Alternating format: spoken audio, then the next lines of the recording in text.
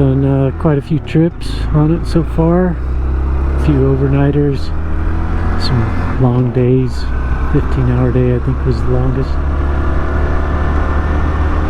And so this ride I'm taking it out to experiment with a 15-tooth front sprocket.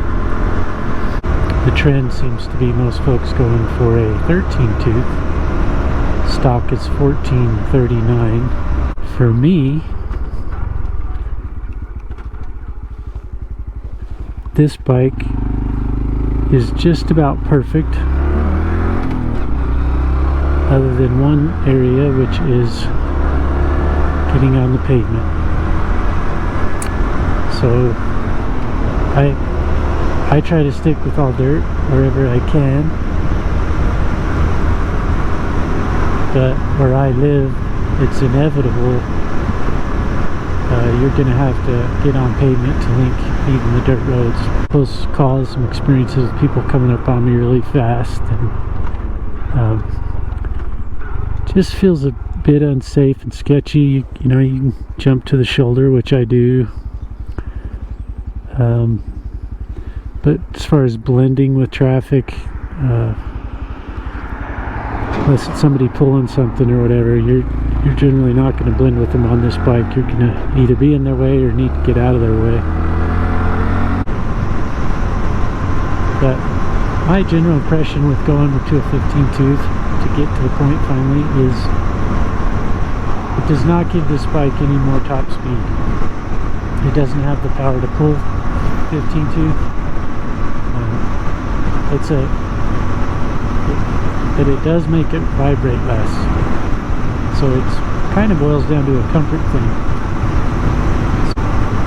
So what this sprocket seems to have done is basically just lower the RPM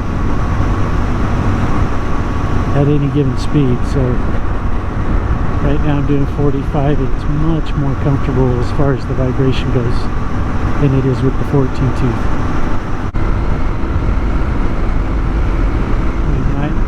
Just touching 50.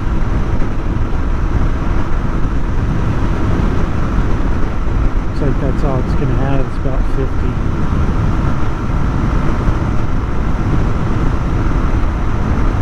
But it's so much smoother at 50. I could ride it like this for a longer distance comfortably than I could with the stock gear. At 50 with the stock gear, this thing is just screaming, and it'll touch. I will say though, it will go a little faster with the stock gearing. So we're talking maybe a few miles an hour. I think I've got a little headwind this morning.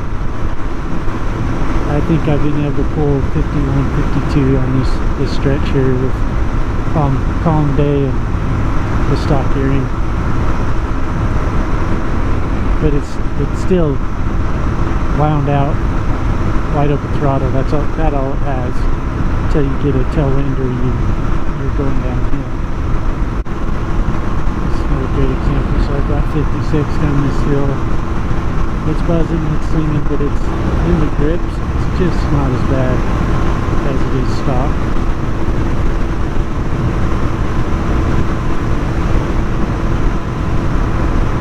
Bike just feels smoother all the way around. I will say it feels like it's getting smoother anyways because it's got more miles on it.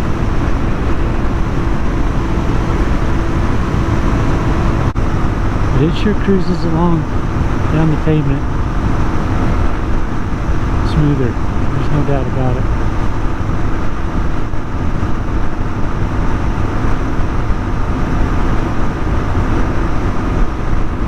Open again here, just staying at 47. That's all it's got. This is pretty level here. It's about to, I don't know my percentages. This is probably 2 or 3% grade, 4%. Not even sure. I should be more educated on that before I try to talk about it. I've also got my full complement of tools. Bottle of water in there. To give you an idea, I'm about 170 175, 180 pounds. So I just dropped it into third. Pulling this hill, it's actually gained a mile an hour, 39.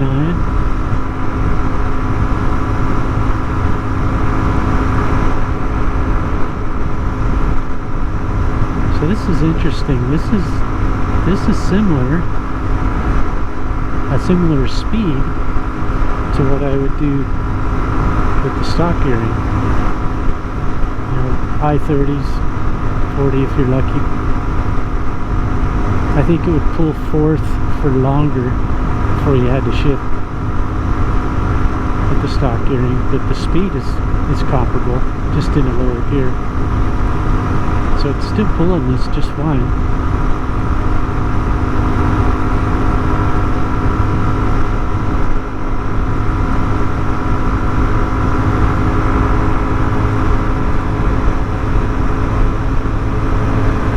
For this kind of riding, I think it's just, you just have to have a lot of patience for this kind of riding on this bike. It's just not its forte. I have ridden it. This isn't the only kind of terrain. I've ridden it up that I have around here. I've ridden it up in some mountainous areas, more kind of point and squirt type riding, tighter trails. And now we're gaining. Dropping in the fourth and see what she does. I missed the gear.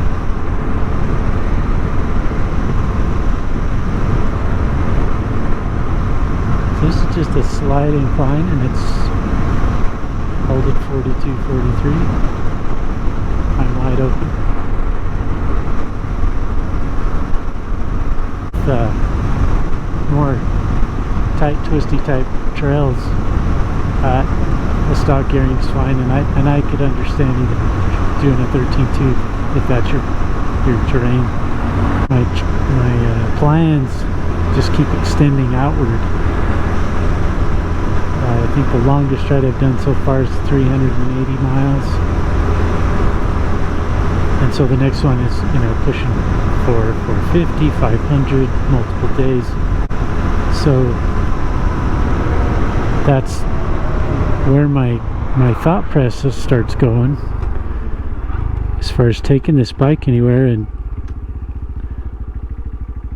the one time I did do 20 or 30 miles pinned because I had so much traffic, my hands were numb, my feet were going numb, and that's with the rubber inserts. There's bar weight. If you're considering a 15 tooth with the idea you'll get more top speed, I can dispel that for you. Definitely, it does not give it any more top speed, just doesn't have the power to pull it. I am, however, at about 6,000 feet or so, I think, right here. So that's something to consider. If you're at a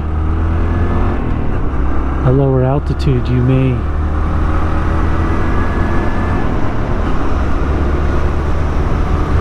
get a few more miles an hour out of this sprocket.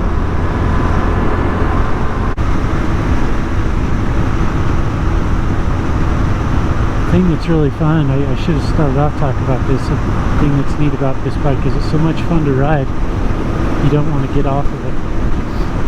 And when I first considered it, you know, lots of comments about, oh, that's not an adventure bike, blah blah blah.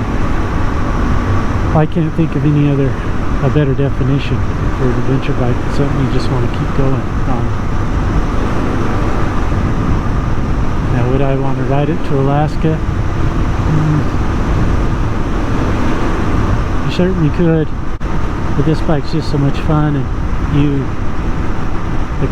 one of the main compelling things I found after owning this for this long now is the gas mileage. It's just incredible. You just find yourself not worrying about it. The first big trip I did, I always take a 1 gallon plastic jug with me, and it's a 1.4 gallon internal tank under the seat.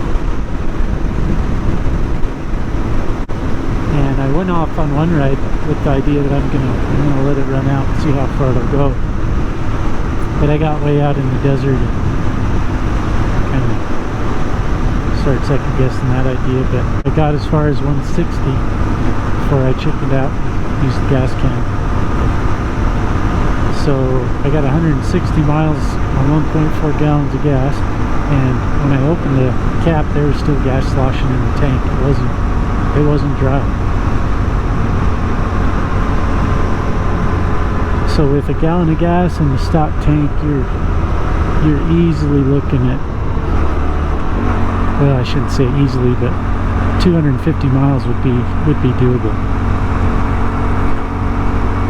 By comparison with my 300L, every ride I've been on so far, I've had fuel anxiety. I had to plan around stops. This bike will really spoil you that way. Of course, the reason you're getting that is because you're going 38 up a gentle incline. There's a trade-off right there. So we just hit 2,000 miles, right on the nose. I just really have no need to go more than 55 or 60 on a motorcycle. I have no desire, I should say. It just doesn't interest me. So the slow speed of something like this, it only bothers me when I have to get on pavement and blend with traffic. But living in the American West, there's just no getting around. You know, we pulled that hill at 35 as well. There's no getting around the highway stints.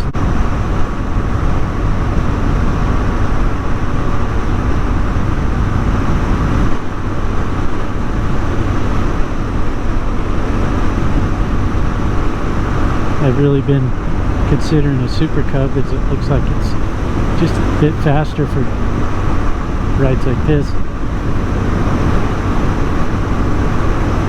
And part of the experimentation with this 15 tooth was exactly that, to see if that's the real difference between this bike and that one, or if it's also a tuning issue. My local dealer, he said he thought the Cub might have a different cam profile that gives it a little more top end, and this one gets cam profile with a little more torque.